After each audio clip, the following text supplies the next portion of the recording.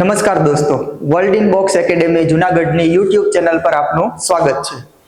આજે આપણે જોવાના છે જે આવનારી કોન્સ્ટેબલ પરીક્ષા છે એને લઈને જે કરંટ અફેર્સનું રિવિઝન કરવાનું છે એનો પાર્ટ 1। હવે આ લેક્ચર પાર્ટ 1 હશે, એના પછી પાર્ટ 2 આવશે, પાર્ટ 2 આવશે ફાઇનલ છે। જો હજુ પણ મહત્વના એમસીક્યુ હશે તો પાર્ટ 3 પણ આવશે। જે પણ કરંટ અફેર્સ છે જે નવેમ્બર થી લઈ અને મે મંથનું જે મહત્વના એમસીક્યુ છે એ આપણે કવર કરશું। આ લેક્ચર ખાલી કોન્સ્ટેબલ માટે નહીં પણ આવનારી જે સીસી પરીક્ષા છે એમાં પણ તમને ઉપયોગી થશે। તો શરૂઆત કરીએ આજના લેક્ચરની। કરંટ અફેર્સનું રિવિઝન કરવાનું છે। નવેમ્બર થી લઈ અને મે મહિના સુધીનું જે મહત્વના એમસીક્યુ હશે એ આપણે કવર કરી લેશું। આ લેક્ચર રહેશે પાર્ટ 1। ક્લિયર? તો શરૂઆત કરીએ લેક્ચરની। એક લાઈક કરી દો, તમારા દોસ્તોને આ પહોંચાડી દો લેક્ચર અને ચેનલને સબસ્ક્રાઇબ કરી લો। શરૂઆત કરીએ આજના લેક્ચરની। થોડી સ્પીડ રહેશે આ લેક્ચરમાં કારણ કે આપણું રિવિઝન લેક્ચર છે અને એમસીક્યુ જ હશે, સાથે સાથે મહત્વની જે માહિતી હશે એ પણ આપણે જોતા જઈશું। તાજેતરમાં બીજા રાજ્યોથી પ્રવેશ કરવાવાળા વાહનો પર ગ્રીન ટેક્સ લેવાની ઘોષણા કોણે કરી? કયો ટેક્સ છે? Green tax. હવે આ ગ્રીન ટેક્સ માની લ્યો આ ઉત્તરાખંડ, કયું રાજ્ય છે? ઉત્તરાખંડ। તો ઉત્તરાખંડ રાજ્યના જે એન્ટ્રી પોઈન્ટ હશે, ઉત્તરાખંડ રાજ્યમાં જવા માટે જે એન્ટ્રી પોઈન્ટ હશે, આ એન્ટ્રી પોઈન્ટ ઉપર જો ભારતના અન્ય રાજ્યોના કોઈ વાહન અહીં આવશે ઉત્તરાખંડની અંદર, તો ત્યાં એન્ટ્રી પોઈન્ટ ઉપર ઓટોમેટિક કેમેરા લાગેલા હશે, સેન્સર લાગેલું હશે, તો એ ચેક કરશે કે ભાઈ આ વાહન છે એ અન્ય રાજ્યમાંથી આવેલું છે। તો એ કેમેરા અને સેન્સરથી ચેક કરી અને જે પણ માલિક હશે એના એકાઉન્ટમાંથી બેલેન્સ કટ થશે અને જે પણ અહીંયા કલેક્ટ થશે પેમેન્ટ એનું નામ આપેલું છે ગ્રીન ટેક્સ। તો આ ગ્રીન ટેક્સ વસૂલવાની ઘોષણા કોણે કરી છે? ઉત્તરાખંડે। તો આમાં શું આન્સર આવશે? ઉત્તરાખંડ। ક્લિયર? તાજેતરમાં 6-7 ને વર્ષ 2025 નો વર્ડ ઓફ ધ યર કોણે ઘોષિત કર્યો? જો જેવું વર્ષ પૂરું થાય એટલે વર્ષ દરમિયાન જે પણ શબ્દો ચર્ચિત હતા એ કોઈ ઇન્ટરનેટ ઉપર હોય, કોઈ ચર્ચાનો વિષય હોય, તો એવા શબ્દોને અલગ અલગ ડિક્શનરી દ્વારા વર્ડ ઓફ ધ યર ઘોષિત કરવામાં આવે। તો અહીંયા જે પ્રશ્ન છે કયો છે? 6-7। તો આ 6-7 ને વર્ડ ઓફ ધ યર જે 2025 નું વર્ષ છે એમાં કોણે ઘોષિત કરેલું છે? તો 6-7 ને ઘોષિત કર્યું dictionary.com। આની અંદર શું હોય કે જે જનરેશન ઝેડ છે, જેને આપણે જેન જી કહીએ, આ જનરેશન ઝેડ ઇન્ટરનેટ ઉપર કોઈ વિડીયો હોય, કોઈ ઇમેજ હોય, એને લોકો એવું કહે છે કે આ વિડીયો ઇમેજ 6-7 પ્રકારની છે। એને એવી એક પ્રકારની વાઇબ્સ જે આવતી હોય છે જે જનરેશન ઝેડ ને લઈને, એને આ ફેમસ કરેલો છે શબ્દ 6-7। તો આને વર્ડ ઓફ ધ યર કોણે ઘોષિત કર્યો? dictionary.com। આવા બીજા પણ શબ્દો જાહેર થયેલા છે 2025 ના વર્ડ ઓફ ધ યર તરીકે। કયા કયા શબ્દ છે? એક તો છે વાઇપ કોડિંગ। કયો શબ્દ બીજો? Wipe coding. આને વાઇપ કોડિંગ ને કોણે ઘોષિત કરેલો છે? તો એને ઘોષિત કરેલો છે કોલિન્સ ડિક્શનરી। કોણે? Collins dictionary. એના પછી એક શબ્દ છે પેરાસોશલ। કયો શબ્દ? પેરાસોશલ। તો પેરાસોશલ ને વર્ડ ઓફ ધ યર કોણે જાહેર કરેલો છે? કેમ્બ્રિજ। કોણ આવશે? કેમ્બ્રિજ। એના પછી એક શબ્દ આવશે રેજબેટ। તો આને વર્ડ ઓફ ધ યર કોણે જાહેર કરેલો છે? ઓક્સફર્ડ દ્વારા। ક્લિયર? તો આ બધા 2025 ના વર્ડ ઓફ ધ યર જાહેર થયેલા છે અલગ અલગ ડિક્શનરી દ્વારા। 6-7 નું મેં તમને કહેલું છે। હવે વાઇપ કોડિંગ, જે આઈટી વિભાગની અંદર એન્જિનિયરો કામ કરે છે, જે સોફ્ટવેર બનાવતા હોય, એપ્લિકેશન બનાવતા હોય, એના માટે એને આખું કોડિંગ કરવું પડે। તો જે આઈટી વિભાગના જે પ્રોફેશનલ જે 100 એન્જિનિયરો જેટલું કામ કરે, જેટલું કોડ ટાઈપ કરે છે, આટલું જ કામ 10 વાઇપ કોડરો ભેગા થઈ અને કરી આપે। 100 એન્જિનિયરો બરાબર 10 વાઇપ કોડરો। તો ત્યાંથી આવેલો છે શબ્દ વાઇપ કોડિંગ અને કોણે ઘોષિત કરેલો? કોલિન્સ ડિક્શનરીએ। એના પછી આવે છે પેરાસોશલ। પેરાસોશલ એટલે કે કોઈ પ્રભાવશાળી વ્યક્તિ હોય, સેલિબ્રિટી હોય, એને લોકો ફોલો કરતા હોય છે, પછી એ જે વ્યક્તિ છે અન્ય સાથે જોડાઈ જાય, અન્ય સાથે મેરેજ કરી લે, તો અન્ય સાથે જોડાય એટલે એના ફોલોવર્સને મજા આવતી નથી કે ભાઈ એ કેમ અન્ય સાથે જોડાયેલા છે। તો આવી રીતે ભૂતકાળમાં ફોલો કરતા હતા, હવે એ ના પસંદ કરે છે, નથી મજા આવતી। એનો મતલબ એવો કે આ એક તરફનો પ્રેમ દર્શાવે। તો આ જે બધી પરિસ્થિતિ સર્જાણી એને કહેવામાં આવે છે પેરાસોશલ અને કોણે ઘોષિત કરેલો છે? કેમ્બ્રિજ। એના પછી આવે છે રેઝબેટ. રેઝબેટ એટલે કે ઇન્ટરનેટ ઉપર કોઈ સોશિયલ મીડિયા પ્લેટફોર્મ ઉપર જાણી જોઈને એવી માહિતી અપલોડ કરવામાં આવે, એવું કન્ટેન્ટ અપલોડ કરવામાં આવે કે એનાથી લોકો ગુસ્સે થાય. કોઈ એવું કન્ટેન્ટ હોય ધર્મના નામે હોય, કોઈ જ્ઞાતિ જાતિના નામે હોય, સ્ત્રી પુરુષને લઈને હોય, ભારત અને અન્ય દેશોના કંઈ પણ હોઈ શકે કે જે લોકોમાં ગુસ્સો ફેલાવે. જાણી જોઈને આવું કરવામાં આવે છે કારણ કે આનાથી લોકો એંગેજ રહે. તો આ જે પરિસ્થિતિ સર્જાણી એને કહેવામાં આવે છે રેઝબેટ. અને કોણે જાહેર કરેલો છે આ શબ્દ વર્ડ ઓફ ધ યર તરીકે? ઓક્સફોર્ડે. ક્લિયર છે? હજુ કહું છું દોસ્તો, થોડી સ્પીડ રહેશે કારણ કે રિવિઝન લેક્ચર છે અને માહિતી ઘણી બધી આપવાની છે. આ પાર્ટ 1 છે, એના પછી ફાઇનલ પાર્ટ 2 આવવાનો જ છે. અને જો હજુ પણ મહત્વના એમસીક્યુ હશે તો પાર્ટ 3 પણ લોન્ચ કરીશું. કોન્સ્ટેબલ માટે તો છે જ, પણ આવનારી બીજી બધી જે એક્ઝામ છે, ખાસ કરીને સીસીઈમાં પણ કરંટ અફેર્સનું ભારણ છે, તો એમાં પણ તમને ઉપયોગી થશે. આ જે આપણો લેક્ચર છે નવેમ્બરથી લઈ અને મે મહિના સુધીનું જેટલું પણ કરંટ હશે ને એટલું હું તમને કવર કરાવી દઈશ. ક્લિયર? તો અહીંયા આન્સર આવશે આપણો જે 6-7 ને લઈને કોણે ઘોષિત કરેલો છે? dictionary.com. એના પછીનો પ્રશ્ન, તાજેતરમાં ઈસરોએ કયો દેશનો સૌથી ભારે સંચાર ઉપગ્રહ પ્રક્ષેપિત કર્યો? ભાઈ કોણે? તો આપણી ઈસરો. તો આણે દેશનો સૌથી ભારે સંચાર ઉપગ્રહ છે, કોમ્યુનિકેશન સેટેલાઇટ છે, એટલે કે વજનવાળો છે, તો એનું નામ છે CMS-03, એટલે કે કોમ્યુનિકેશન સેટેલાઇટ 03. આનું નામ આપેલું છે GSAT-7R. આ સેટેલાઇટનું નામ શું છે? GSAT-7R. અને કેટલો વજન ધરાવે? 4410 kg. કેટલો વજન છે આ સેટેલાઇટનો? 4410 kg. તો આ દેશનો સૌથી ભારે સંચાર ઉપગ્રહ છે અને કોણે લોન્ચ કરેલો છે? ઈસરોએ. કયા વેહિકલથી? તો LVM-3 M5 થી. ક્લિયર? તો આ છે 4410 kg ધરાવતો GSAT-7R, જેને કોમ્યુનિકેશન સેટેલાઇટ 03 એવું નામ આપેલું છે. અને આ કોના માટે લોન્ચ કરવામાં આવ્યો હતો? તો આ આપણી નેવી માટે. કોના માટે? નેવીની જે આપણી કનેક્ટિવિટી છે એના માટે આને લોન્ચ કરવામાં આવ્યો હતો. તો અહીંયા આપણો આન્સર આવશે CMS-03. અને કઈ સંસ્થા છે આપણી? ઈસરો. ઈસરો એટલે ઇન્ડિયન સ્પેસ રિસર્ચ ઓર્ગેનાઇઝેશન. સ્થાપના છે 15 ઓગસ્ટ 1969 ની અંદર. હેડક્વાર્ટર આવેલું છે બેંગલુરુ, કર્ણાટકમાં. પ્રથમ અધ્યક્ષ છે ડોક્ટર વિક્રમ સારાભાઈ અને વર્તમાન અધ્યક્ષ છે વી નારાયણન. અને ઈસરોએ, યાદ રાખજો, ઈસરોએ 2025 ને કોને? 2025 ને ગગનયાન વર્ષ જાહેર કરેલું છે. કયું વર્ષ? ગગનયાન વર્ષ 2025 ને. તાજેતરમાં આઈસીસી મહિલા વિશ્વ કપ 2025 નો ખિતાબ કોણે જીત્યો? આઈસીસી મહિલા વર્લ્ડ કપ. પહેલા તો ભાઈ આનું આયોજન ક્યાં થયું હતું? આ વર્લ્ડ કપનું, આઈસીસી મહિલા વર્લ્ડ કપ, એનું આયોજન ભારત પ્લસ શ્રીલંકાની અંદર. અહીંયા વિજેતા કોણ બને છે? તો વિજેતા બને છે આપણું ભારત. અને સામે ઉપવિજેતા કોણ બને છે? તો ઉપવિજેતા બને છે દક્ષિણ આફ્રિકા. ક્લિયર? અને આનું આયોજન હતું ભારત શ્રીલંકાની અંદર, આઈસીસી મહિલા વર્લ્ડ કપ. તો આમાં વિજેતા છે આપણું ભારત અને સામે ઉપવિજેતા છે દક્ષિણ આફ્રિકા.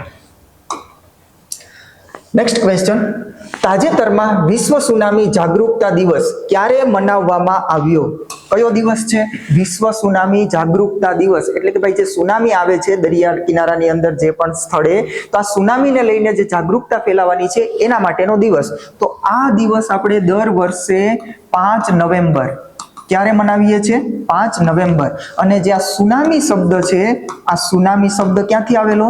જાપાન પાસેથી. ક્યાંથી આવેલો છે? જાપાન પાસેથી. સુનામી એટલે જે દરિયા કિનારે જે મોટી મોટી લહેરો ઉઠે છે અને દરિયા કિનારા તરફ આગળ વધે એને કહેવામાં આવે સુનામી. 5 નવેમ્બર. આ વખતની થીમ 2025માં આ વખતની થીમ હતી સુનામી માટે તૈયાર રહો. કોના માટે? સુનામી માટે તૈયાર રહો. ક્લિયર? તો અહીંયા આપણો આન્સર આવશે 5 નવેમ્બર. નેક્સ્ટ ક્વેશ્ચન, તાજેતરમાં દાદા સાહેબ ફાળકે પુરસ્કાર 2025 સમારોહમાં કોને સર્વશ્રેષ્ઠ અભિનેતાનો પુરસ્કાર મળ્યો છે? કયો પુરસ્કાર છે? દાદા સાહેબ ફાળકે પુરસ્કાર. આ દાદા સાહેબ ફાળકે પુરસ્કાર કયા ક્ષેત્રમાં આપવામાં આવે? તો ફિલ્મ જગતની અંદર. અને આ ફિલ્મ જગતમાં અપાતો આ ભારતનો કેવો છે? સર્વોચ્ચ પુરસ્કાર. ભારતનો સર્વોચ્ચ પુરસ્કાર.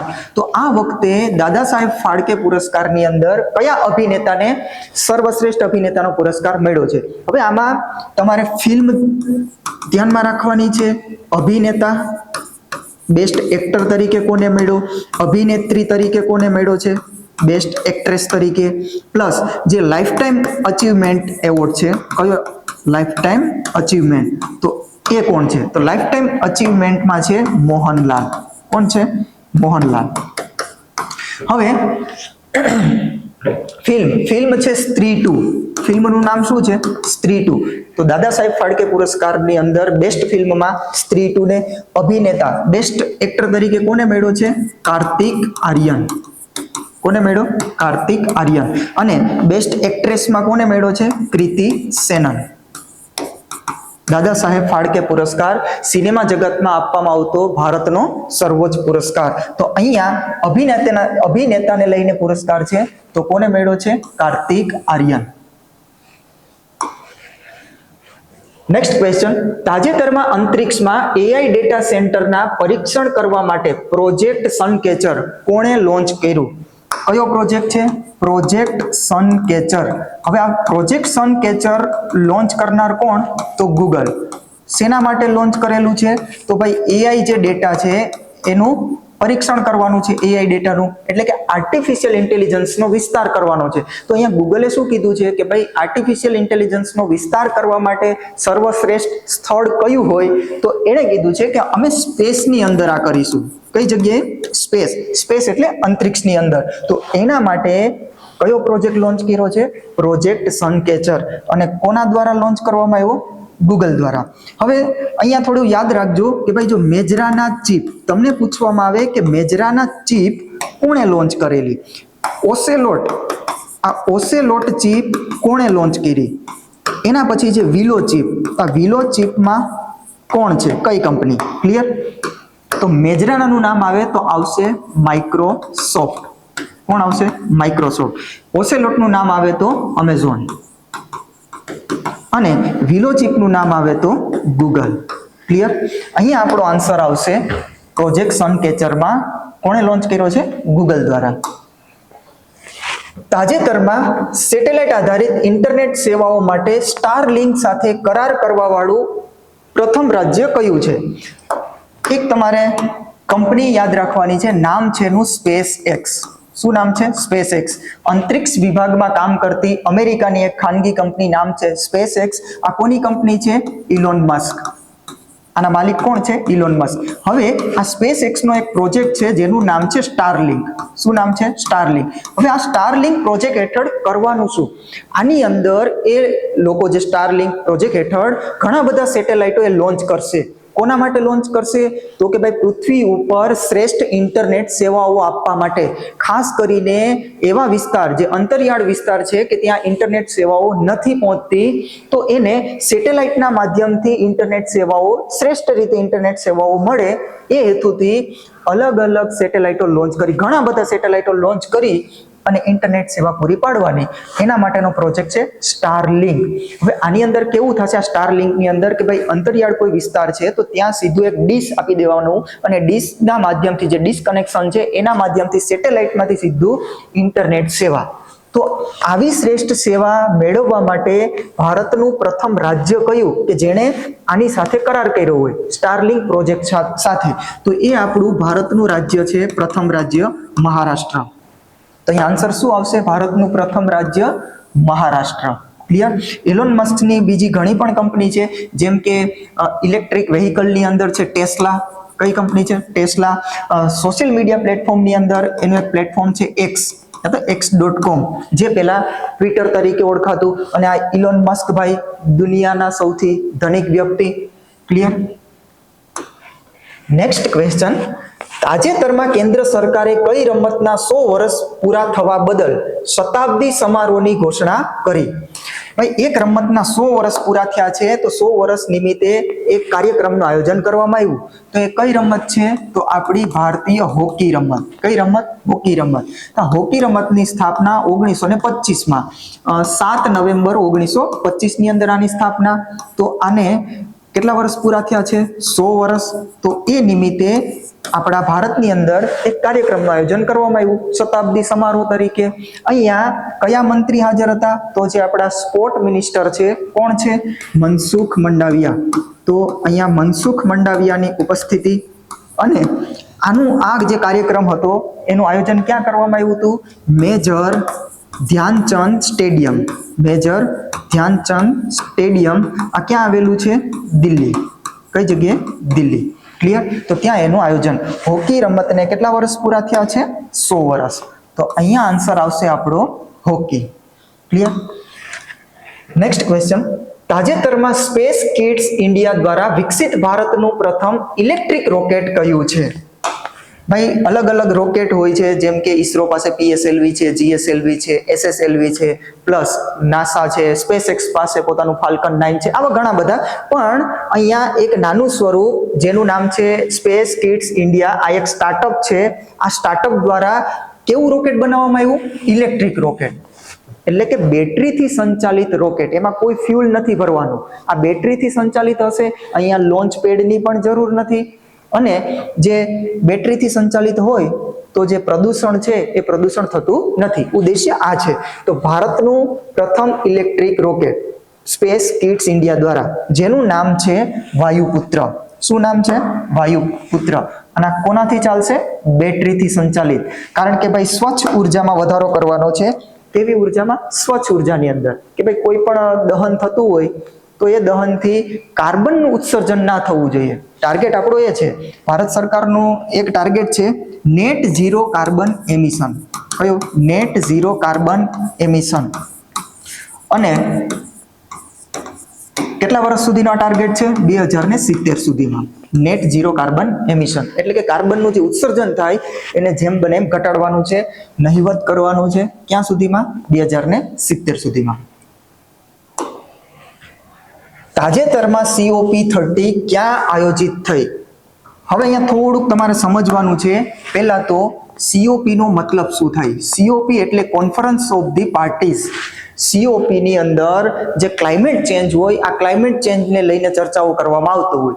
જે વિશ્વના અલગ અલગ દેશો છે એ ભેગા થાય અને ક્લાઇમેટ ચેન્જની અંદર જે પણ ફેરફારો છે એની ચર્ચાઓ થતી હોય, એના માટે હવે કયા પગલાં લેવા, એ બધી બાબતો અહીંયા સમાવેશ હોય છે.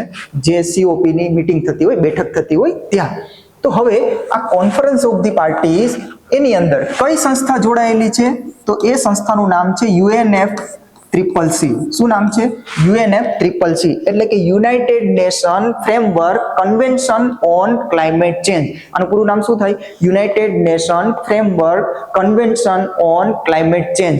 અને આનું મુખ્યાલય ક્યાં આવેલું છે? આ UNFCCC નું એનું હેડક્વાર્ટર આવેલું છે બોનની અંદર. અને આ બોન ક્યાં છે?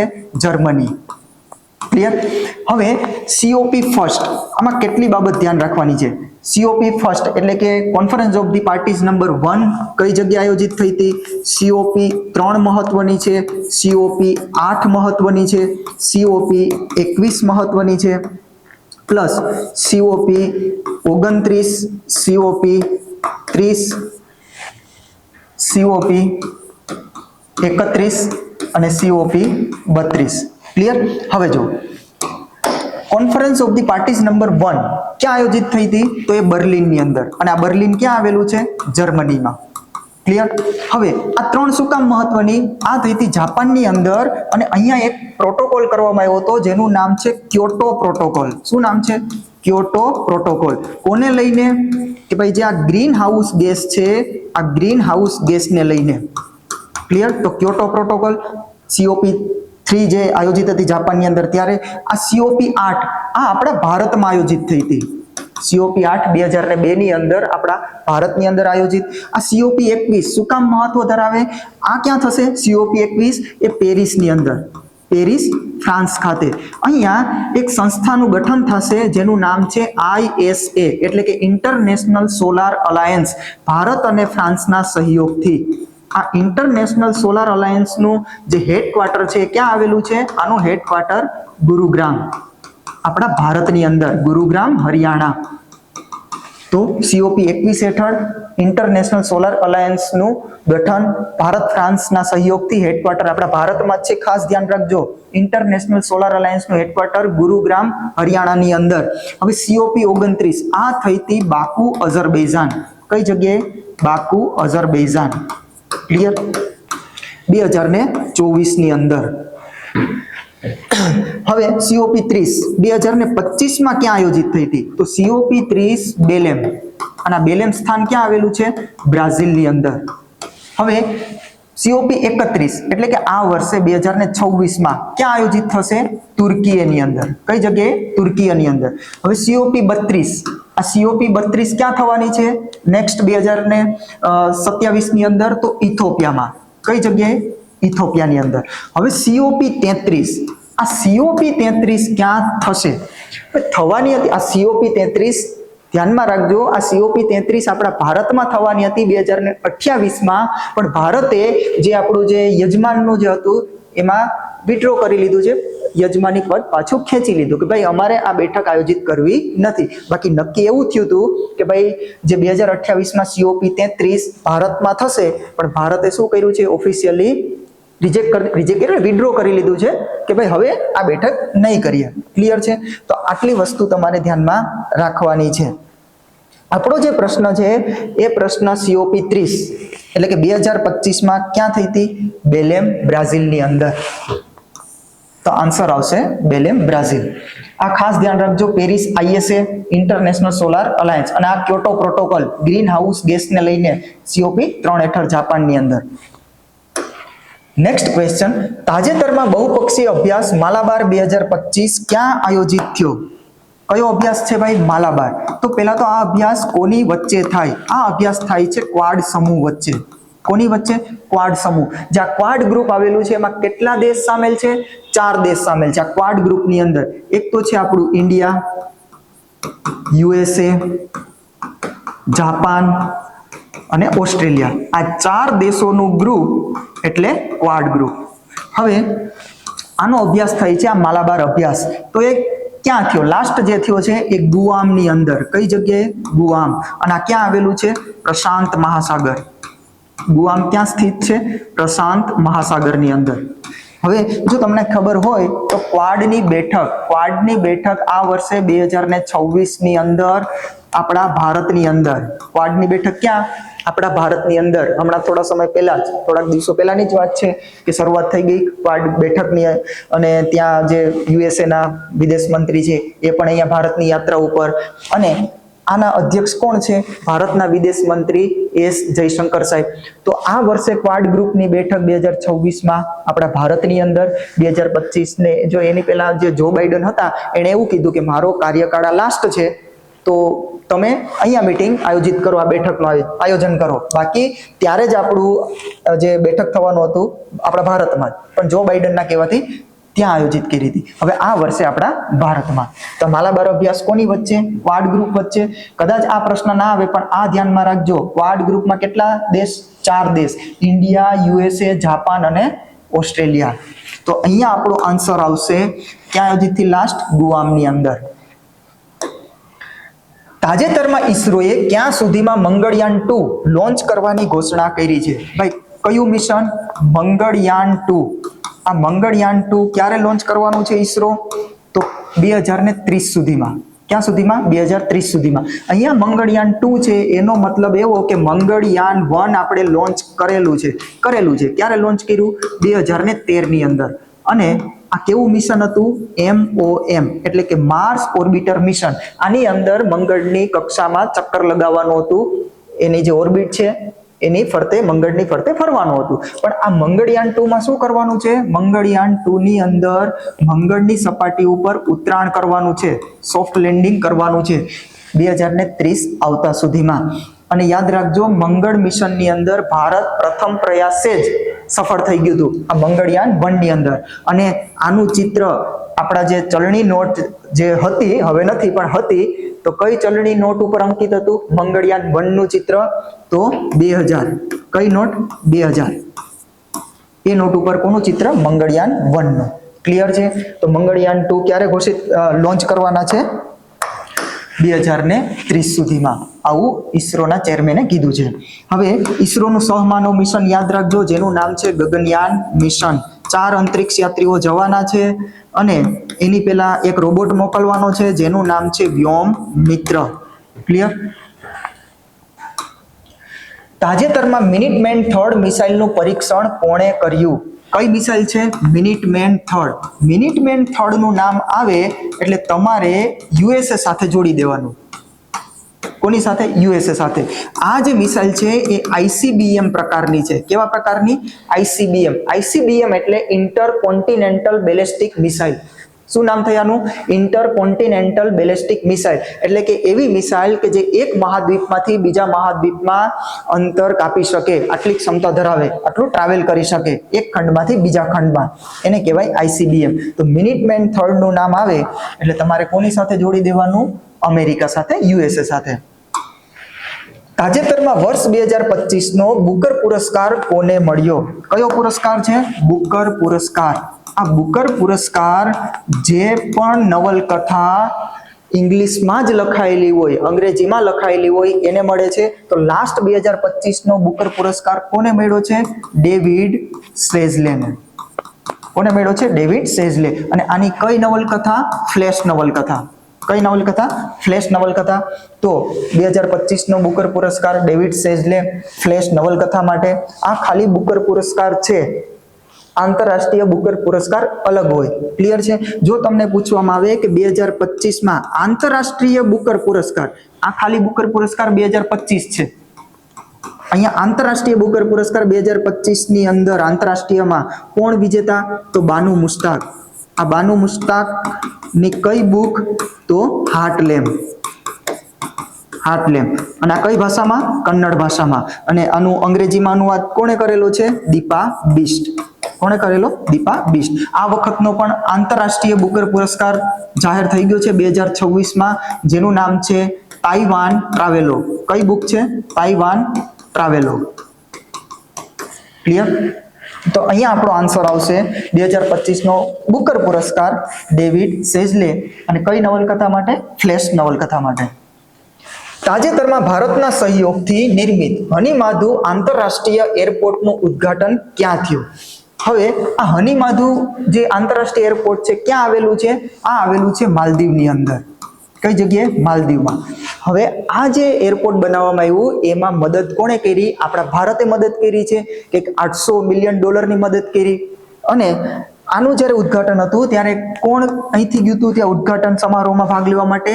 આપણા ઉડ્ડયન મંત્રી, જેનું નામ છે રામ મોહન નાયડુ. અને આવેલું ક્યાં છે? હનીમાધુ આંતરરાષ્ટ્રીય એરપોર્ટ માલદીવની અંદર. આપણે મદદ કરેલી એટલે આપણે ઉદ્ઘાટન કાર્યક્રમમાં ત્યાં ગયા હતા. રામ મોહન નાયડુ દ્વારા ત્યાં પ્રતિનિધિ કરવામાં આવ્યું હતું. હવે આપણે જે મદદ મોકલી છે તો કઈ બેંક અહીંયા સામેલ છે? એક્ઝિમ બેંક. કઈ બેંક? એક્ઝિમ બેંક. ક્લિયર? તો તમારે એટલું જ યાદ રાખવાનું, હનીમાધુ આંતરરાષ્ટ્રીય એરપોર્ટ આવે એટલે કોની સાથે જોડી દેવાનું છે? માલદીવ સાથે. તાજેતરમાં વર્ષ 2024 માટે 6ઠા રાષ્ટ્રીય જળ પુરસ્કારોમાં કોને સર્વશ્રેષ્ઠ રાજ્યનો પુરસ્કાર મળ્યો? આ જે રાષ્ટ્રીય જળ પુરસ્કાર આપવામાં આવે એમાં એનો મતલબ એવો છે કે કયા રાજ્યમાં સર્વશ્રેષ્ઠ જળ સંરક્ષણને લઈને કામગીરી કરવામાં આવી છે. તો આ જળ સંરક્ષણમાં કોણે સર્વશ્રેષ્ઠ પ્રયત્નો કરેલા છે એને લઈને અહીંયા ક્રમ આપેલો છે. તો આ 6ઠા રાષ્ટ્રીય જળ પુરસ્કારમાં પ્રથમ સ્થાન છે મહારાષ્ટ્રનું. પ્રથમ ઉપર છે મહારાષ્ટ્ર, બીજું સ્થાન છે આપણા ગુજરાતનું અને ત્રીજું સ્થાન છે હરિયાણાનું. ક્લિયર? પ્રથમમાં મહારાષ્ટ્ર, બીજા સ્થાન ઉપર ગુજરાત અને ત્રીજા સ્થાન ઉપર હરિયાણા. તો અહીંયા તો સર્વશ્રેષ્ઠ પૂછેલું છે, તો પ્રથમ સ્થાન કોણ છે? મહારાષ્ટ્ર રાષ્ટ્રીય જળ પુરસ્કારમાં. તાજેતરમાં આંતરરાષ્ટ્રીય ગીતા મહોત્સવ 2025 નું આયોજન ક્યાં થયું? હવે આંતરરાષ્ટ્રીય ગીતા મહોત્સવ પેલા તો આ ક્યાં થાય? આનું આયોજન ક્યાં? તો એનું આયોજન છે હરિયાણાની અંદર. કઈ જગ્યાએ? હરિયાણા. હવે હરિયાણાની અંદર એક જગ્યા આવેલી છે જેનું નામ છે કુરુક્ષેત્ર. ત્યાં આનું આયોજન આંતરરાષ્ટ્રીય ગીતા મહોત્સવનું. આ વખતે ભાગીદાર રાજ્ય, તો ભાગીદાર રાજ્ય કોણ હતું? મધ્યપ્રદેશ. ભાગીદાર રાજ્ય મધ્યપ્રદેશ. પણ જો તમને પૂછે કે સહભાગી દેશ, આપણા ભારતની અંદર ભાગીદાર રાજ્ય મધ્યપ્રદેશ, પણ સહભાગી દેશ, તો સહભાગી દેશ એ છે બ્રિટન. કોણ હતું? બ્રિટન. અને આ આંતરરાષ્ટ્રીય ગીતા મહોત્સવ ક્યાં થાય છે? કુરુક્ષેત્ર, હરિયાણામાં. આન્સર 20મું G20 સમિટ ક્યાં આયોજિત થયું? હવે કયા ગ્રુપની વાત છે? G20, group of 20. આની અંદર 19 દેશ સામેલ છે, 2 યુનિયન છે, એક છે યુરોપિયન યુનિયન અને એક છે આફ્રિકન યુનિયન. એક યુરોપિયન યુનિયન અને એક છે આફ્રિકન યુનિયન, બાકી 19 દેશ. હવે G20 નું હેડક્વાર્ટર ક્યાં છે? ક્યાં છે G20 નું હેડક્વાર્ટર? ક્યાંય નથી. G20 નું હેડક્વાર્ટર ક્યાંય નથી આવેલું. હવે 20મા નંબરનું એટલે કે 2025માં આ G20 2025 ક્યાં આયોજિત થઈ હતી? બ્રાઝિલની અંદર. G20 બ્રાઝિલ નહીં આવે, જોહાન્સબર્ગ, દક્ષિણ આફ્રિકા. જોહાન્સબર્ગ, દક્ષિણ આફ્રિકામાં આ 2025માં આયોજન. પણ 2026માં ક્યાં આયોજિત થશે આ G20? 2026માં યુએસએમાં. કઈ જગ્યાએ? યુએસએમાં. અહીંયા કીધું છે ડોનાલ્ડ ટ્રમ્પે કે ભાઈ આ વખતે અમારા દેશમાં G20 નું આયોજન છે, તો અમે આ દક્ષિણ આફ્રિકાને નહીં બોલાવીએ. આવું ટ્રમ્પ ભાઈ કહેતા હતા. જોઈએ હવે શું થાય. તો આ વખતનું G20 છે 2026 યુએસએ અને 2025માં આયોજન જોહાન્સબર્ગ, દક્ષિણ આફ્રિકા. ક્લિયર છે? આપણા ભારતમાં G20 ની બેઠક ક્યારે થઈ હતી? તો આપણા ભારતમાં બેઠક થઈ હતી 2023માં. ક્યારે થઈ હતી? 2023માં. ભારત મંડપમ ખાતે. ભારત મંડપમ 2023 ની અંદર G20 ની બેઠક. ત્યારે આપણું જે થીમ છે એ શું હતું? વસુધૈવ કુટુંબકમ. વસુધૈવ કુટુંબકમ. 2023માં ભારતમાં બેઠક. અહીંયા આ બેઠકની અંદર જે ભારત મંડપમ છે ત્યાં એક મૂર્તિ રાખવામાં આવી હતી, નટરાજની મૂર્તિ. કોની મૂર્તિ? નટરાજની મૂર્તિ. જોયેલી જ હશે તમે નટરાજની મૂર્તિ. ક્લિયર છે? એનો એક હાથ કેવો છે? અભય મુદ્રામાં છે. એક હાથ જે છે એમાં ડમરું છે, એટલે કે સર્જનનું પ્રતીક. પગની નીચે જે તમને માણસ જેવું દેખાય છે, આ નટરાજની મૂર્તિની વાત કરું છું, તો પગની નીચે જે માણસ જેવું દેખાય એ મનુષ્યનો અહંકાર બતાવે. શું બતાવે? મનુષ્યનો અહંકાર. પ્લસ જે મુખ છે એ મુખ આનંદ, ખુશી. પ્લસ એક જે પગ છે એ સાઈડની તરફ જે ઈશારો કરે છે એ મોક્ષનો ઈશારો કરે છે.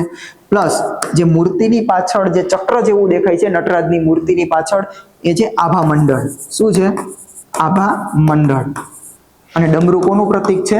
સર્જનનું પ્રતીક. ક્લિયર? તો નટરાજની મૂર્તિ G20 બેઠક વખતે આપણા ભારતમાં 2023 ની અંદર વસુધૈવ કુટુંબકમ થીમ સાથે 2025માં જોહાન્સબર્ગ, દક્ષિણ આફ્રિકામાં, અને આ વર્ષે 2026માં અમેરિકાની અંદર.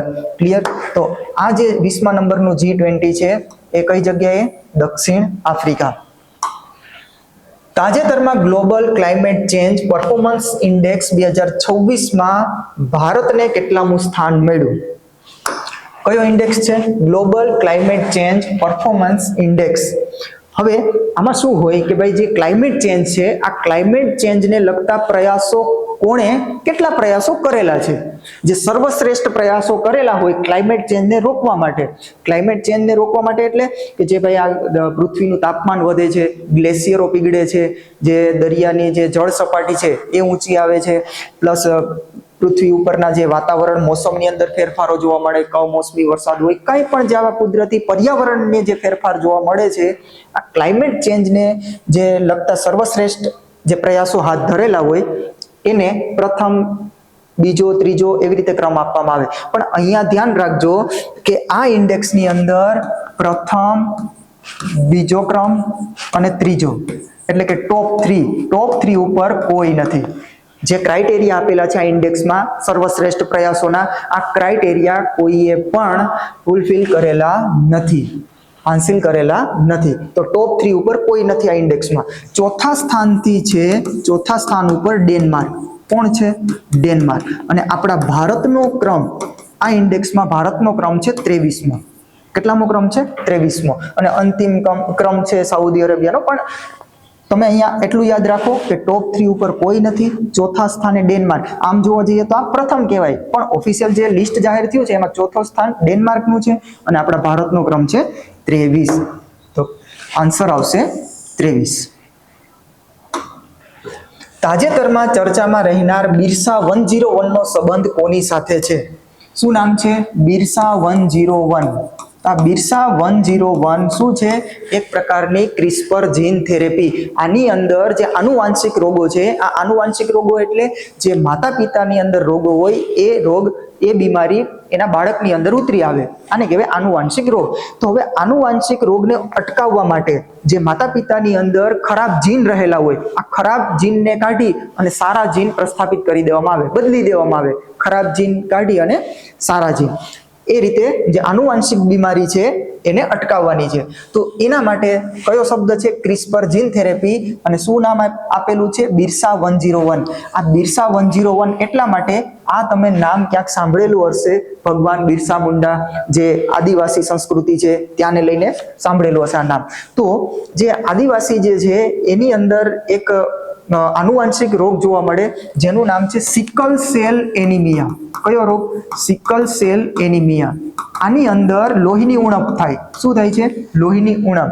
જે આપણા બ્લડની અંદર જે આરબીસી હોય છે, રેડ બ્લડ સેલ્સ, આનો આકાર બદલાઈ જાય. એનો આકાર કેવો થઈ જાય છે? અનિયમિત થાય, બદલાઈ જાય. એના કારણે લોહીની ઉણપ થાય અને એ રોગને કહેવામાં આવે સિકલ સેલ એનિમિયા. આ પણ એક પ્રકારનો આનુવાંશિક રોગ છે.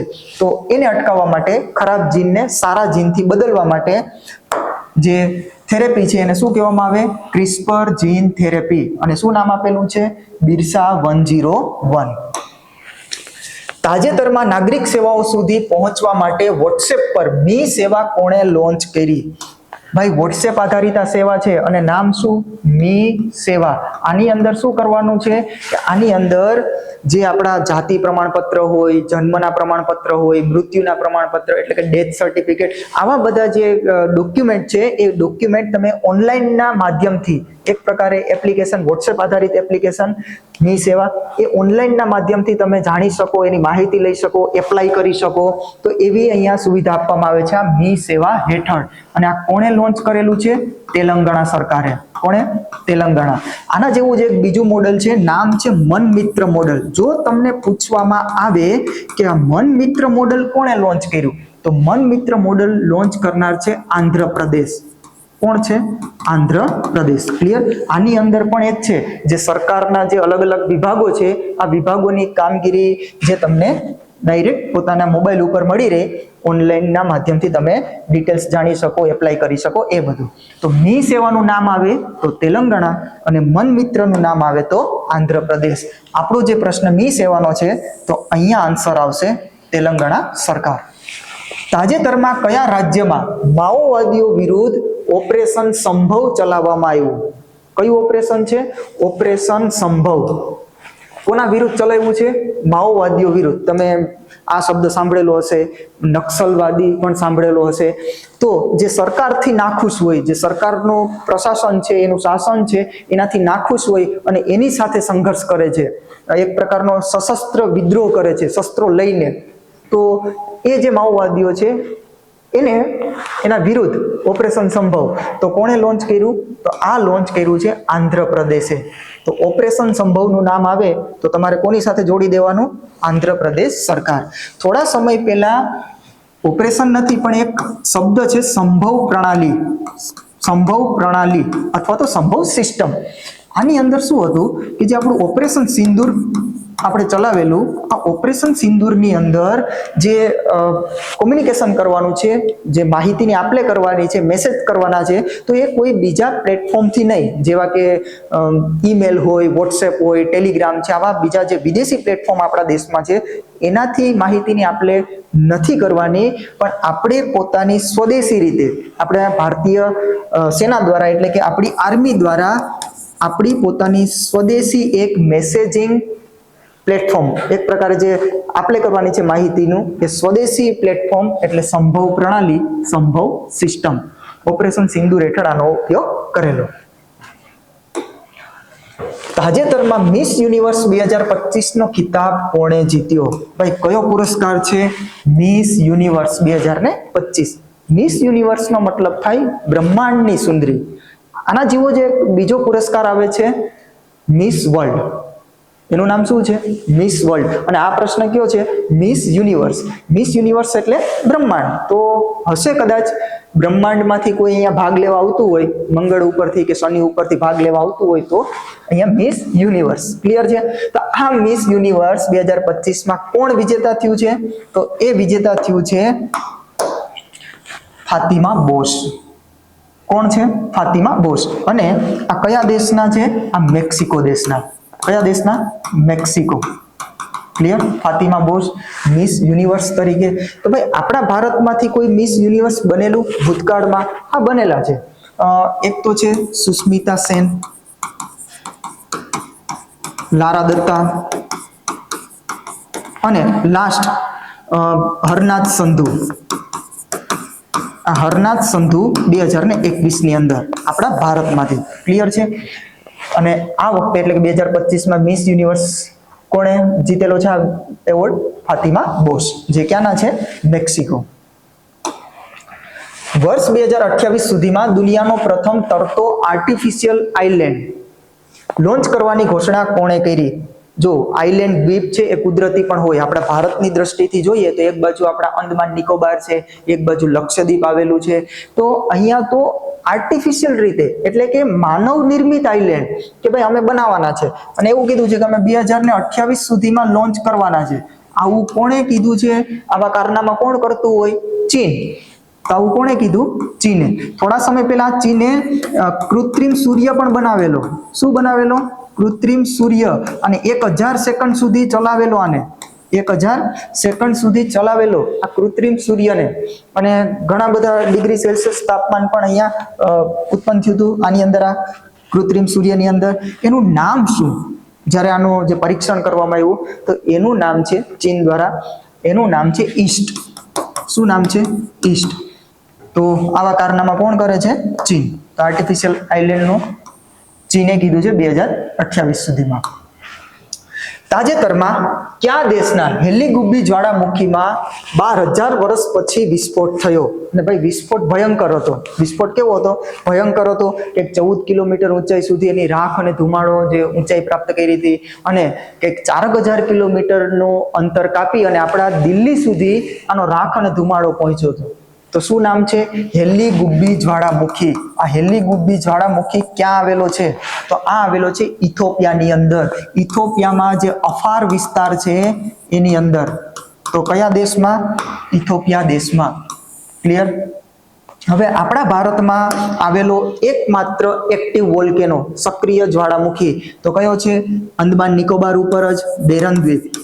તો અંદમાન નિકોબાર પર બેરન દ્વીપ આપણા ભારતનો એકમાત્ર સક્રિય જ્વાળામુખી. અને જો હેલીગુબ્બી જ્વાળામુખીનું નામ આવે તો તમારે કોની સાથે? ઇથોપિયા સાથે કનેક્ટ કરી દેવાનું.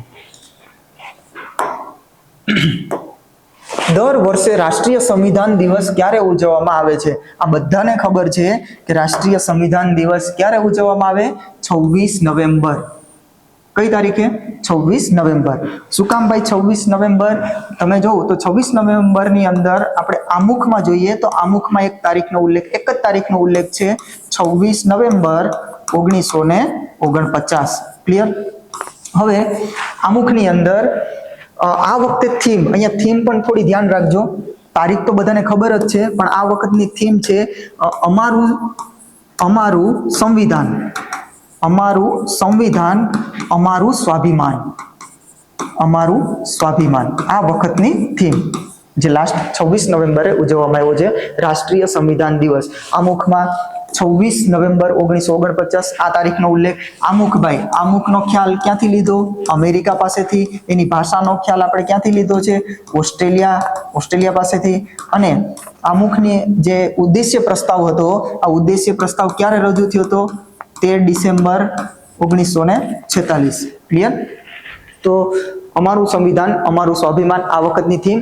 અને કઈ તારીખે? 26 નવેમ્બર. હવે આ બધાને ખબર છે, આખા ગામને ખબર છે.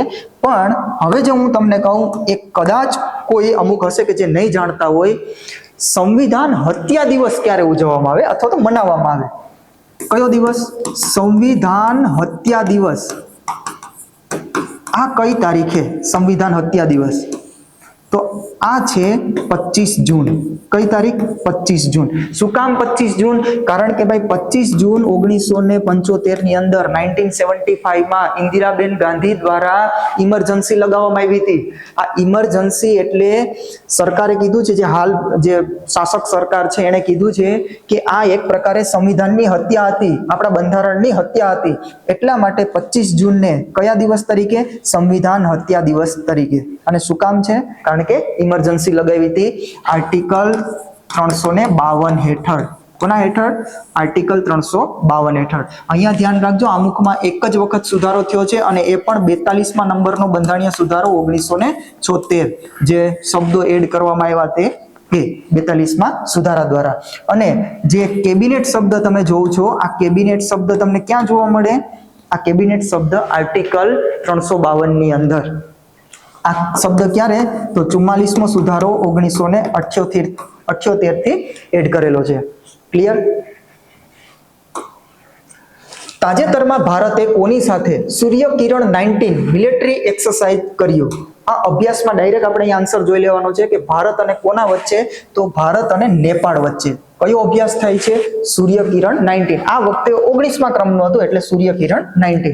બાકી સૂર્ય કિરણ અભ્યાસનું નામ આવે તો ભારત અને નેપાળ. થોડા સમય પહેલા એક શબ્દ તમે સાંભળેલો હશે, સૂર્ય કિરણ એરોબેટિક ટીમ. આપણા સોમનાથ ખાતે કયો પર્વ હતો? તો સોમનાથ અમૃત પર્વ અથવા તો અમૃત મહોત્સવ. આની અંદર આપણા નેવી એરફોર્સની એક ટીમ, આ એરફોર્સની ટીમ એટલે સૂર્ય કિરણ એરોબેટિક ટીમ, એણે આકાશમાં સોમનાથ મંદિરની ઉપર ફ્લાય પાસ્ટ કરેલું, અલગ અલગ કરતબો દેખાડ્યા હતા. એમાં કઈ ટીમ હતી? સૂર્ય કિરણ એરોબેટિક ટીમ. બાકી અહીંયા જે અભ્યાસ છે સૂર્ય કિરણ, એ ભારત અને કોની વચ્ચે?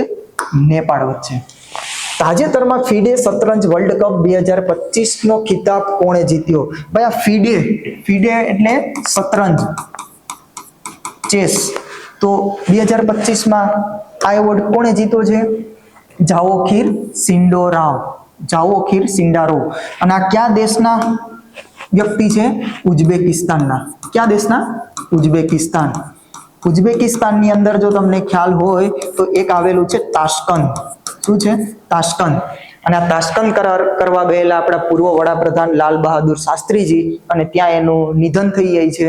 એ હત્યા છે કે પછી કુદરતી નિધન, એ આજ સુધી ખબર નથી. તાશ્કંદ કરાર કરવા ગયા હતા, ક્યાં આવેલું છે? ઉઝબેકિસ્તાનની અંદર. તો આજે ફિડે શતરંજ વર્લ્ડ કપ છે 2025 નો, કોણે જીત્યો છે? જાઓખીર સિન્ડારોવ. અને આનું આયોજન ક્યાં થયું હતું? આનું આયોજન આપણા ગોવાની અંદર. કઈ જગ્યાએ? ગોવામાં. તાજેતરમાં નેશનલ મિલ્ક ડે ક્યારે ઉજવવામાં આવ્યો? કયો દિવસ છે? નેશનલ મિલ્ક ડે અથવા તો રાષ્ટ્રીય દૂધ દિવસ. તો આપણે દર વર્ષે કઈ તારીખે ઉજવીએ? 26 નવેમ્બર. શું કામ 26 નવેમ્બર? કારણ કે અહીંયા એક વ્યક્તિ સંકળાયેલા છે, ડોક્ટર વર્ગીસ કુરિયન. કયા વ્યક્તિ? ડોક્ટર વર્ગીસ કુરિયન. તો એના જન્મ દિવસ નિમિત્તે 26 નવેમ્બર નેશનલ મિલ્ક ડે. અને આની સાથે સંકળાયેલું ઓપરેશન ફ્લડ, યા તો આપણે કહીએ છીએ શ્વેત ક્રાંતિ. પછી એક સ્થાપના થશે NDDB ની, નેશનલ ડેરી ડેવલપમેન્ટ બોર્ડ, 1965 ની અંદર. અને આમાં કોનો ફાળો મહત્વનો? આમ જોઈએ તો સ્વપ્નદ્રષ્ટા તો એક છે ત્રિભુવનદાસ પટેલ અને આપણા સરદાર પટેલ. NDDB ની સ્થાપના 1965 ની અંદર. તો doctor Verghese Kurian 26 November national milk day. પણ જો તમને પૂછવામાં આવે કે વર્લ્ડ મિલ્ક ડે ક્યારે? તો વર્લ્ડ મિલ્ક ડે 1 જૂન. ક્યારે? 1 જૂન. તો અહીંયા આપણો આન્સર આવશે 26 નવેમ્બર. તાજેતરમાં ભારતનું કયું શહેર 2030 કોમનવેલ્થ ગેમ્સની મેજબાની કરશે? આ તો બધાને ખબર જ છે કે ભાઈ 2030માં કોમનવેલ્થ ગેમ્સની યજમાની એટલે કે એનું આયોજન ક્યાં થવાનું છે? આપણા ભારતમાં. અને ભારતમાં પણ ક્યાં? અમદાવાદની અંદર. આ આખા ગામને ખબર છે. પણ આ વર્ષે ભાઈ કોમનવેલ્થ ગેમ્સ 2026 આ વર્ષે ક્યાં શરૂઆત થશે? હમણાં ઓગસ્ટ મહિનાથી કોમનવેલ્થ ગેમ્સની 2026માં, એ ઘણા લોકોને નહીં ખ્યાલ હોય તો 2026માં આનું આયોજન થશે ગ્લાસગોમાં. કઈ જગ્યાએ? ગ્લાસગો. આ ગ્લાસગો ક્યાં આવેલું છે? સ્કોટલેન્ડ. કઈ જગ્યાએ? સ્કોટલેન્ડ. ક્લિયર? તો કોમનવેલ્થ ગેમ્સ 2026 ગ્લાસગો સ્કોટલેન્ડની અંદર, પણ 2030માં ક્યાં? આપણા અમદાવાદની અંદર. અને આ કોની વચ્ચે હોય? તો જે બ્રિટન સામ્રાજ્ય હતું, આ બ્રિટન સામ્રાજ્યની ગુલામી હેઠળ જેટલા પણ દેશો હતા, આ ગુલામી હેઠળના દેશો વચ્ચેની ગેમ્સ એટલે કોમનવેલ્થ ગેમ્સ. આ 2026નું થોડું ધ્યાન રાખજો, આ બધાને ખબર છે અને પેપર સેટર કદાચ આજ પૂછી લે, આ વખતનો ગ્લાસગો સ્કોટલેન્ડ. તાજેતરમાં એશિયા પાવર ઇન્ડેક્સ 2025માં ભારતને કેટલામું સ્થાન મળ્યું? ભાઈ કયો ઇન્ડેક્સ છે? Asia power index 2025. આ શું દર્શાવે કે જે એશિયા ખંડ છે, આ એશિયા ખંડની અંદર કોનું પ્રભુત્વ છે, સૌથી વધારે શક્તિશાળી કોણ, સૌથી વધારે પાવર કોણ ધરાવે? તો અહીંયા એવું જરૂરી નથી કે આની અંદર જે પ્રથમ ક્રમ હોય એ એશિયા ખંડનો જ દેશ હોય, નહીં. વિશ્વનો કોઈ પણ દેશ જે એશિયા ખંડમાં નથી પણ એશિયા ખંડની અંદર પોતાનું પ્રભુત્વ ધરાવતા હોય, પોતાનો એક પાવર ધરાવતા હોય, તો એને લઈને જ્યાં ઇન્ડેક્સ બહાર પડ્યો તો એમાં ભારતનું સ્થાન કેટલામું છે? તો અહીંયા પ્રથમ સ્થાન ઉપર છે અમેરિકા. જોજો અહીંયા અમેરિકા એશિયા ખંડમાં નથી આવતો, છતાં પણ આપણા એશિયા ખંડ ઉપર સૌથી વધારે પ્રભુત્વ ધરાવે છે, એક પ્રકારનો પાવર ધરાવે છે. તો પ્રથમ અમેરિકા, બીજું સ્થાન છે ચીન અને ત્રીજું સ્થાન છે ભારત. તો આપણા ભારતનું સ્થાન કેટલામું? ત્રીજું. તાજેતરમાં ભારત સરકારે સાયક્લોન દિત્વા બાદ શ્રીલંકાની મદદ માટે કયું ઓપરેશન શરૂ કર્યું? ભાઈ સાયક્લોન દિત્વા, આ સાયક્લોન દિત્વા ક્યાં આવેલું? શ્રીલંકાની અંદર. જેવું શ્રીલંકાની અંદર આવેલું એટલે ભારતે મદદ મોકલી એક પ્રકારે માનવતાની દ્રષ્ટિએ. તો એ જે 27 ટન જેટલી રાહત સામગ્રી મોકલેલી હતી આપણા દરિયાઈ માર્ગે, તો આ હેઠળ એક ઓપરેશન ચલાવ્યું છે સાયક્લોન દિત્વાની અંદર. તો ઓપરેશનનું નામ છે ઓપરેશન સાગર બંધુ. ભારત દ્વારા ચલાવવામાં આવ્યું. ક્યાં ચલાવ્યું છે? શ્રીલંકાની અંદર. અને આ જે દિત્વા નામ છે કોણે આપેલું? નામ આપેલું છે યમન દેશે. ક્યારેક ક્યારેક પરીક્ષાની અંદર નામને લઈને પ્રશ્ન પૂછાઈ જાય, તો યાદ રાખજો દિત્વા નામ કોણે આપેલું છે? યમન દેશે. થોડા સમય પહેલા શક્તિ વાવાઝોડું ચર્ચામાં હતું, તો આનું નામ કોણે આપ્યું છે? શ્રીલંકાએ. થોડા સમય પહેલા મોન્થા વાવાઝોડું હતું. મોન્થા નથી ભાઈ, મોન્થા. તો આ મોન્થા વાવાઝોડું નું નામ કોણે આપ્યું છે? થાઈલેન્ડ દ્વારા. કોના દ્વારા? થાઈલેન્ડ. અને આ મોન્થાનો અર્થ શું થાય? સુગંધિત ફૂલ. અહીંયા દિત્વાનો અર્થ શું થાય? લેગુન. લેગુન એટલે છીછરું. ક્લિયર છે? તો આ થોડું ધ્યાનમાં રાખવાનું છે. ઓપરેશન કયું ચલાવ્યું, નામ કોણે આપ્યું છે? શક્તિનું નામ શ્રીલંકા, મોન્થાનું નામ આવે તો થાઈલેન્ડે નામ આપ્યું. પરીક્ષાની અંદર નામકરણને લઈને પ્રશ્ન પૂછાઈ જાય. તો સાયક્લોન દિત્વા બાદ આપણે ચલાવ્યું છે ઓપરેશન સાગર બંધુ. તાજેતરમાં ભારત સરકારે કયા દેશ પાસેથી હેરોન માર્ક 2 ડ્રોન ખરીદવાની મંજૂરી આપી? ડ્રોન ભાઈ, ડ્રોન એટલે UAV, અનમેન્ડ એરિયલ વેહિકલ. એવા જ એક ડ્રોન હેરોન માર્ક 2 આપણે કોની પાસેથી ખરીદશું? તો ઇઝરાયલ પાસેથી. કોની પાસેથી ખરીદવાના છે? ઇઝરાયલ પાસેથી. જો ઇઝરાયલની અંદર તમને પૂછવામાં આવે એર ડિફેન્સ સિસ્ટમ, તો એની એક એર ડિફેન્સ સિસ્ટમ છે આયરન ડોમ, એક બીજી છે આયરન બીમ. તો આ કોની એર ડિફેન્સ સિસ્ટમ છે? ઇઝરાયલની. તાજેતરમાં હોર્નબિલ ફેસ્ટિવલનું આયોજન ક્યાં થયું? કયો ફેસ્ટિવલ છે ભાઈ? Hornbill festival. હવે હોર્નબિલ ફેસ્ટિવલનું આયોજન ક્યાં થાય? નાગાલેન્ડની અંદર. કઈ જગ્યાએ? નાગાલેન્ડમાં. નાગાલેન્ડનું એક ગામ છે જેનું નામ છે કિસામા. આ કિસામા ગામ ક્યાં આવેલું છે? કોહિમાની અંદર. તો ત્યાં એનું આયોજન, અને આને તહેવારોનો તહેવાર કહેવાય. તહેવારોનો તહેવાર. 10 દિવસ ચાલતો આ તહેવાર છે. 1 ડિસેમ્બરથી 10 ડિસેમ્બર સુધી ચાલે આ હોર્નબિલ ફેસ્ટિવલ. નાગાલેન્ડની અંદર એનું આયોજન. આ હોર્નબિલ એટલે શું? હોર્નબિલ એટલે એક લાંબી ચાંચ વાળું પક્ષી. અને આ ભારતના કયા 2 રાજ્યનું રાજ્ય પક્ષી છે આ હોર્નબિલ? તો એક છે અરુણાચલ પ્રદેશ અને કેરળ. આ બંનેનું શું છે? આ રાજ્ય પક્ષી. હોર્નબિલ એટલે લાંબી ચાંચ વાળું પક્ષી. અરુણાચલ પ્રદેશ અને કેરળનું રાજ્ય પક્ષી. પણ આ હોર્નબિલ ફેસ્ટિવલનું આયોજન ક્યાં થાય? નાગાલેન્ડની અંદર કિસામા ગામ, કોહિમા જે છે રાજધાની, ત્યાં આવેલું. ક્લિયર છે? 10 દિવસ ચાલતો આ ફેસ્ટિવલ. ધ્યાનમાં રાખજો, પૂછાઈ શકે તેવો તહેવાર છે, ફેસ્ટિવલ છે. તો એનું આયોજન ક્યાં થયું છે? નાગાલેન્ડની અંદર. તાજેતરમાં ચર્ચામાં રહેનાર સેવા તીર્થનો સંબંધ કોની સાથે છે? આ પણ બધાને ખબર છે કે ભાઈ સેવા તીર્થ એટલે પ્રાઇમ મિનિસ્ટરની ઓફિસ. નામ બદલાઈ ગયું છે, પીએમઓ. એનું શું થઈ ગયું છે? સેવા તીર્થ. તો થોડા નામ જોઈ લઈએ બદલાયેલા, કે ભાઈ જે આપણા ગવર્નર હાઉસ છે, આ ગવર્નર હાઉસનું નામ શું કરી દેવામાં આવ્યું? તો લોક ભવન. શું કર્યું છે? લોક ભવન. પ્લસ જે આપણો રાજપથ હતો, આનું નામ શું કરી દીધું? કર્તવ્ય પથ. કયો પથ? કર્તવ્ય પથ. જે માઉન્ટ આબુ છે, તો એનું નામ શું કરી દીધું છે? આબુરાજ. પ્લસ જે રાષ્ટ્રપતિ ભવનની અંદર જે અલગ અલગ હોલ હોય, અલગ અલગ હોલ આવેલા છે, એમાં દરબાર હોલ. તો રાષ્ટ્રપતિ ભવનમાં દરબાર હોલ, આનું નામ શું કરી દીધું? તો એનું નામ કર્યું છે ગણતંત્ર મંડપ. ગણતંત્ર મંડપ. અહીંયા એક બીજો હોલ આવેલો છે, અશોક હોલ. આ અશોક હોલનું નામ અશોક મંડપ. અશોક મંડપ. પ્લસ જે આપણી અંદમાન અને નિકોબારની રાજધાની પોર્ટ બ્લેર, આ પોર્ટ બ્લેરનું નામ શું કરી દીધું? શ્રી વિજયાપુરમ. શ્રી વિજયાપુરમ. પ્લસ આપણું જે જૂનું સંસદ ભવન છે, આ જૂનું સંસદ ભવન, કારણ કે ભાઈ હવે ખાલી પડેલું છે, કારણ કે નવું સંસદ ભવન બની ગયું એટલે એમપી લોકો જે બધા છે ત્યાં જતા રહ્યા. તો જૂનું સંસદ ભવનનું નામ શું કરી દીધું?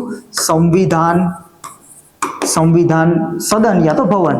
સંવિધાન સદન, સંવિધાન ભવન. ક્લિયર? તો જે તાજેતરમાં નામ બદલાયેલા, હજુ એક રાષ્ટ્રપતિ ભવનની આગળ તમે જોવો તો ત્યાં એક મુઘલ ગાર્ડન આવેલું હતું. શું છે? મુઘલ ગાર્ડન. તો આ મુઘલ ગાર્ડનનું નામ બદલીને શું કરી દેવામાં આવ્યું? અમૃત ઉદ્યાન. શું કર્યું છે? અમૃત ઉદ્યાન. ક્લિયર? તો સેવા તીર્થનું નામ આવે એટલે પ્રાઇમ મિનિસ્ટર ઓફિસ. તાજેતરમાં ઇન્ડિયન નેવી ડે 2025 ક્યાં ઉજવવામાં આવ્યો? ભાઈ પહેલા તો આ દિવસ ક્યારે ઉજવવામાં આવે? ઇન્ડિયન નેવી ડે, ભારતીય નૌકાદળ દિવસ. તો ઇન્ડિયન નેવી ડે દર વર્ષે 4 ડિસેમ્બર. શું કામ 4 ડિસેમ્બર? આની શરૂઆત, આ ઉજવવાની શરૂઆત 1972 થી. પણ 4 ડિસેમ્બર 1971 ની અંદર જે ભારત પાકિસ્તાનનું યુદ્ધ હતું, આ ભારત પાકિસ્તાનના યુદ્ધમાં આપણી નૌકાદળ, આપણી ઇન્ડિયન નેવીએ એક ઓપરેશન ચલાવ્યું, ઓપરેશન ત્રિશુલ યા તો ઓપરેશન ટ્રાઇડન્ટ. આની હેઠળ જે કરાચી પોર્ટ છે, આ કરાચી પોર્ટને ધ્વસ્ત કર્યો, તબાહ કર્યો.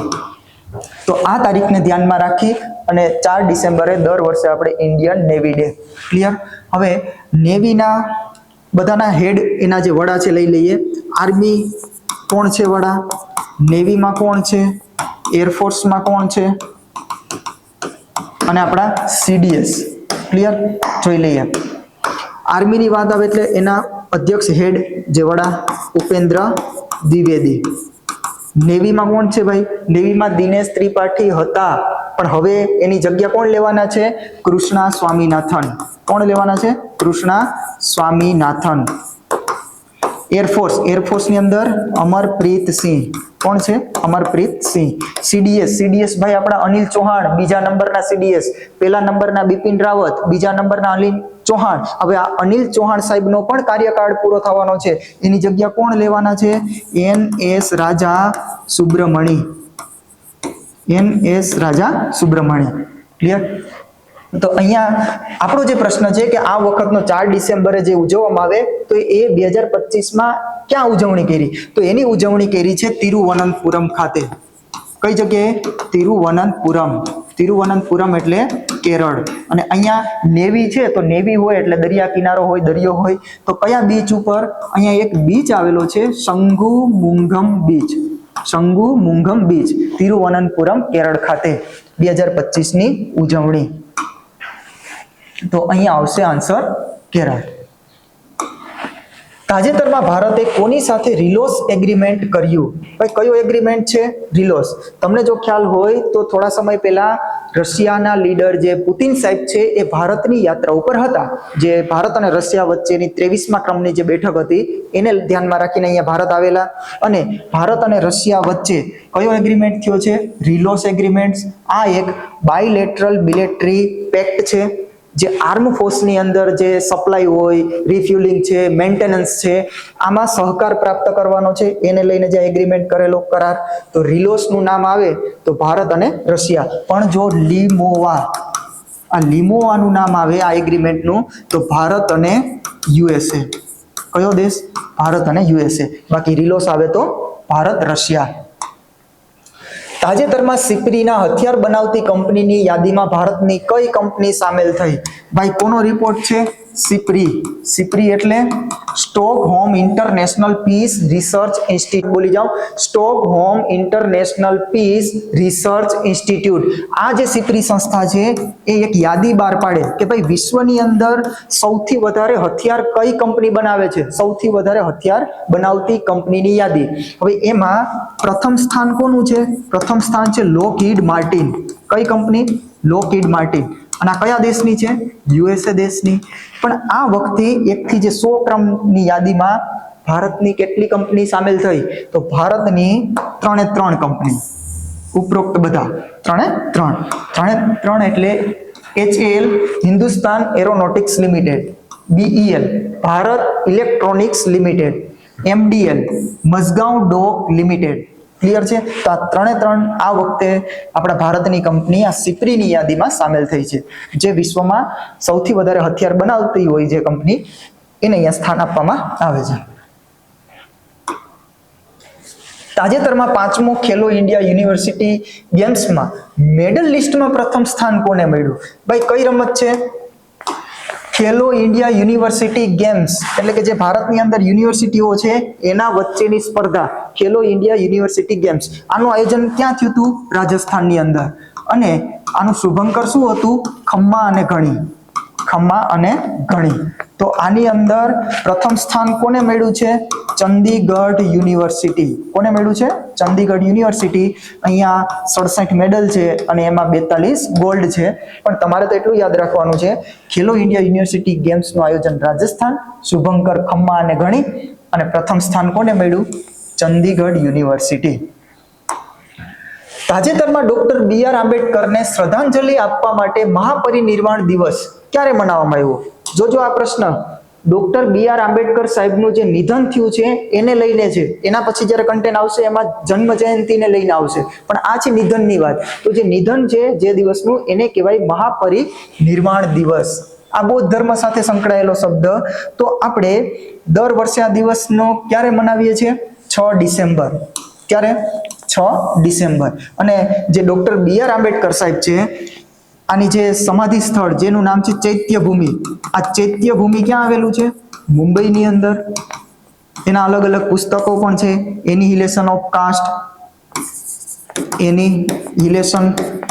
કાસ્ટ BR આંબેડકર સાહેબના પુસ્તક, પ્લસ એક પત્રિકા જેનું નામ છે મૂકનાયક. ક્લિયર? અને BR આંબેડકર સાહેબની વાત કરીએ તો એને આર્ટિકલ 32 ને શું કીધું હતું? બંધારણનો આત્મા કીધો, ને એ બધું તમે જાણો છો. પણ અહીંયા નિધનની વાત આવે, મહાપરિનિર્વાણ દિવસની વાત આવે તો કઈ તારીખ? 6 ડિસેમ્બર. તાજેતરમાં ફૂટબોલ રમતને પ્રોત્સાહન આપવા માટે પ્રોજેક્ટ મહાદેવા કોણે લોન્ચ કર્યો? ભાઈ કયો પ્રોજેક્ટ છે? પ્રોજેક્ટ મહાદેવા. ફૂટબોલ જે રમત છે આ ફૂટબોલ રમતને એક પ્રકારે ગ્રાઉન્ડ લેવલ ઉપરથી જે ગ્રાસ રૂટ છે ત્યાંથી જ એને પ્રોત્સાહન આપવાનું છે ફૂટબોલની રમતને. તો આના માટે સ્પેશિયલ એક પ્રોજેક્ટ લોન્ચ કર્યો, પ્રોજેક્ટ મહાદેવા. કોણે લોન્ચ કર્યો છે? મહારાષ્ટ્રએ. તો મહાદેવા મહારાષ્ટ્ર. તાજેતરમાં ભારતે સૌથી ઊંચું વોર મેમોરિયલ ક્યાં બનાવ્યું? ભાઈ જે 1920ની આસપાસ જે ભારત અને ચીન વચ્ચે સંઘર્ષ થયો હતો, આ સંઘર્ષમાં જે પણ સૈનિકો શહીદ થયા એ સૈનિકોને શ્રદ્ધાંજલિ આપવા માટે, એક પ્રકારે સન્માન આપવા માટે ભારતે શું બનાવ્યું છે? War memorial. અને આ વોર મેમોરિયલ ક્યાં બનાવ્યું છે? ગલવાન ખાતે. ગલવાન. અને આ ક્યાં આવેલું છે? લદ્દાખ. કઈ જગ્યાએ? લદ્દાખ. અને LAC પાછળ કોની નજીક છે? LAC line of actual control, જે ભારત અને ચીનની બોર્ડર છે, લાઇન ઓફ એક્ચ્યુઅલ કંટ્રોલ એની નજીક છે આ વોર મેમોરિયલ, લદ્દાખની અંદર ગલવાન. ક્લિયર? અને આની અંદર તમે જે ટોપ વ્યૂ થી જો તો ત્યાં તમને ત્રિશુલ જોવા મળશે, ડમરૂ પણ જોવા મળશે, ત્રિશુલ એક પ્રકારે સંરક્ષણ, સહારકનું પ્રતીક, ડમરું સર્જનનું પ્રતીક. ક્લિયર? તો આ વોર મેમોરિયલનું જે છે ક્યાં બનાવવામાં આવ્યું? ગલવાન. ગલવાન લદ્દાખ અને LAC ની નજીક છે. લાઇન ઓફ કંટ્રોલ જો તમને પૂછે તો લાઇન ઓફ કંટ્રોલ કોની વચ્ચે? ભારત અને પાકિસ્તાન વચ્ચે. ડુરંડ રેખા પૂછે તો આ ડુરંડ રેખા કોની વચ્ચે? ભારત અને અફઘાનિસ્તાન વચ્ચે. મેકમોહન પૂછે તો મેકમોહન કોની વચ્ચે? ભારત અને ચીન વચ્ચે. રેડ ક્લિફ પૂછે તો આ રેડ ક્લિફ કોની વચ્ચે? તો ભારત અને પાકિસ્તાન અને ભારત અને બાંગ્લાદેશ. જો તમને ઝીરો લાઇન પૂછે તો આ ઝીરો લાઇન કોની વચ્ચે? ત્રિપુરા અને બાંગ્લાદેશ વચ્ચે. ક્લિયર? તાજેતરમાં લિયોનેલ મેસીની 70 ફૂટ ઊંચી લોખંડની પ્રતિમાનું અનાવરણ ક્યાં કરવામાં આવ્યું? ભાઈ થોડા સમય પહેલા આ મેસી ભાઈ જેનું નામ છે લિયોનેલ મેસી, પહેલા તો આ કયા દેશના ખેલાડી છે? કયા દેશના છે? Lionel Messi. આ છે આર્જેન્ટિના દેશ. કયા દેશના? આર્જેન્ટિના. અને કઈ રમત સાથે સંકળાયેલા? ફૂટબોલ રમત સાથે. અહીંયા ભારતમાં આવેલા અને એણે ઘણી બધી ફીસ પણ લીધેલી, કરોડોમાં ભાવ છે આ ભાઈનો. તો એ અહીંયા ભારતની યાત્રા ઉપર હતા અને ત્યાં ઘણી બધી ઘટનાઓ બની છે, પણ એ પછી આપણે જોશું. તો એને લઈને એની 70 ફૂટ ઊંચી લોખંડની પ્રતિમા આપણા ભારતમાં બનાવવામાં આવી. તો એ કઈ જગ્યાએ? એક સ્થાન છે દમદમ સ્થાન. આ દમદમ સ્થાન ક્યાં આવેલું છે? કલકત્તાની અંદર. તો ત્યાં આની પ્રતિમા બનાવી છે, લોખંડની પ્રતિમા, કલકત્તાની અંદર. Lionel Messi. અને કયા દેશના છે? આર્જેન્ટિના. તાજેતરમાં ચર્ચામાં રહેનાર પ્રેમ વિહાર મંદિર ક્યાં આવેલું છે? ભાઈ કયું મંદિર છે? પ્રેમ વિહાર મંદિર. આ પ્રેમ વિહાર મંદિર કંબોડિયાની અંદર. કઈ જગ્યાએ? કંબોડિયા. છે શું?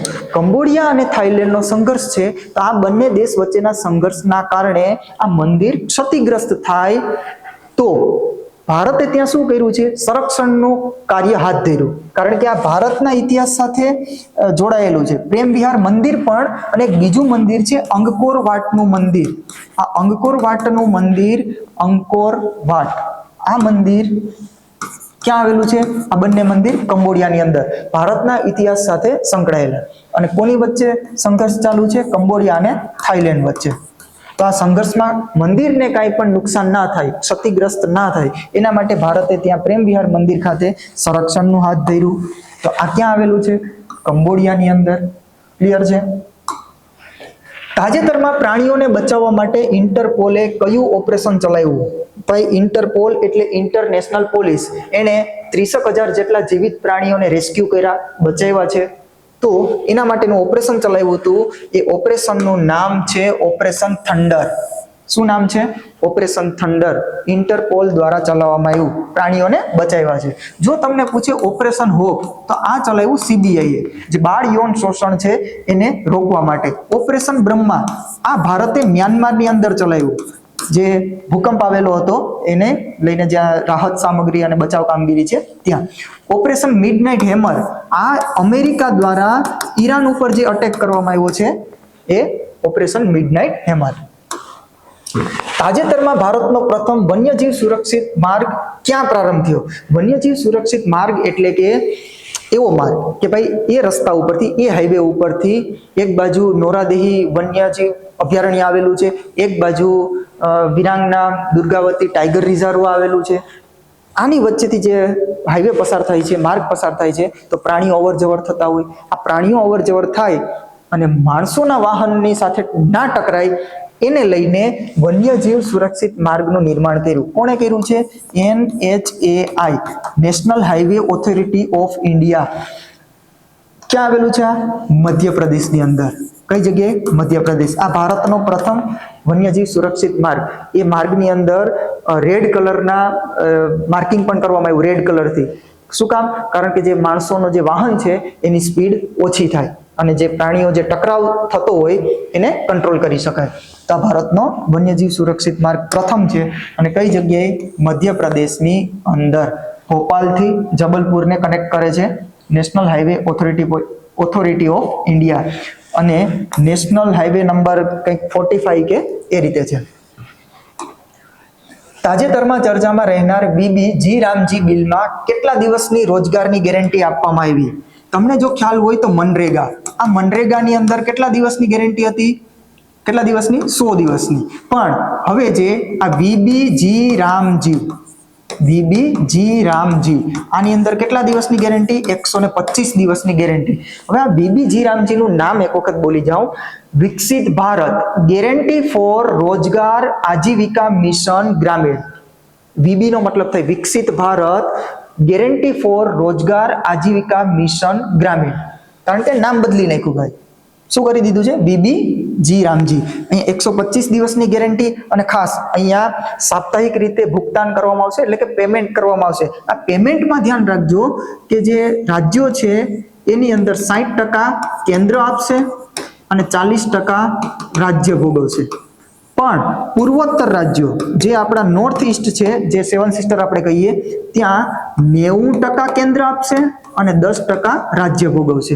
ક્લિયર છે? આ થોડું ધ્યાનમાં રાખજો. અને અહીંયા કેટલા દિવસની ગેરંટીનું કીધું છે? 125 દિવસ. તાજેતરમાં ચર્ચામાં રહેનાર ધ્રુવ 64 નો સંબંધ કોની સાથે છે? ધ્રુવ 64. આ ધ્રુવ 64 નું નામ આવે એટલે તમારે જોડી દેવાનું છે માઇક્રો પ્રોસેસર સાથે. કોની સાથે? Micro processor.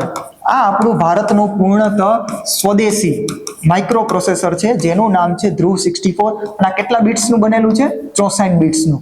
ક્લિયર? પણ જો તમને પૂછે કે ભારતનું પ્રથમ સ્વદેશી માઇક્રો પ્રોસેસર, તો એનું નામ છે વિક્રમ 3201. આ છે આપણા ભારતનું પૂર્ણતઃ પ્રથમ સ્વદેશી માઇક્રો પ્રોસેસર વિક્રમ 3201. અને હમણાં થોડા સમય પહેલા ધ્રુવ 64. તો ધ્રુવ 64 નું નામ આવે તો તમારે કોની સાથે જોડી દેવાનું? Micro processor. ધ્યાન રાખજો, એક બીજો પણ શબ્દ છે ધ્રુવ એનજી. અહીંયા જ કહી દઉં તમને, ધ્રુવ એનજી. જો ધ્રુવ એનજી આવે, એનજી નો મતલબ ન્યૂ જનરેશન, તો આ એક પ્રકારનું હેલિકોપ્ટર છે. આપણું શું છે? હેલિકોપ્ટર. ધ્રુવ એનજી ન્યૂ જનરેશન હેલિકોપ્ટર. એનું થોડા સમય પહેલા ઉદ્ઘાટન કરવામાં આવ્યું હતું બેંગલુરુની અંદર. અને કોના દ્વારા? આપણા ઉડ્ડયન મંત્રી રામમોહન નાયડુ દ્વારા. ક્લિયર? તો આ એક પ્રકારનું હેલિકોપ્ટર છે. પણ ધ્રુવ 64 માઇક્રો પ્રોસેસર ભારતનું પૂર્ણતઃ સ્વદેશી. તો અહીંયા સુધી રાખીએ. આ પાર્ટ 1 છે. હજુ પણ મહત્વના MCQ આવી રીતે કવર કરશું, બીજી પણ માહિતી લેતા જઈશું. આ પાર્ટ 1. પાર્ટ 2 પણ આવશે અને જો જરૂર લાગશે તો પાર્ટ 3 પણ લોન્ચ કરીશું. આશા રાખું કે તમને આમાંથી ઘણું કન્ટેન્ટ ઉપયોગી થશે. હવે એક લાઈક કરી દો, આ લેક્ચરને શેર કરી દો અને ચેનલને સબસ્ક્રાઇબ કરી દો. ધન્યવાદ. જય હિન્દ.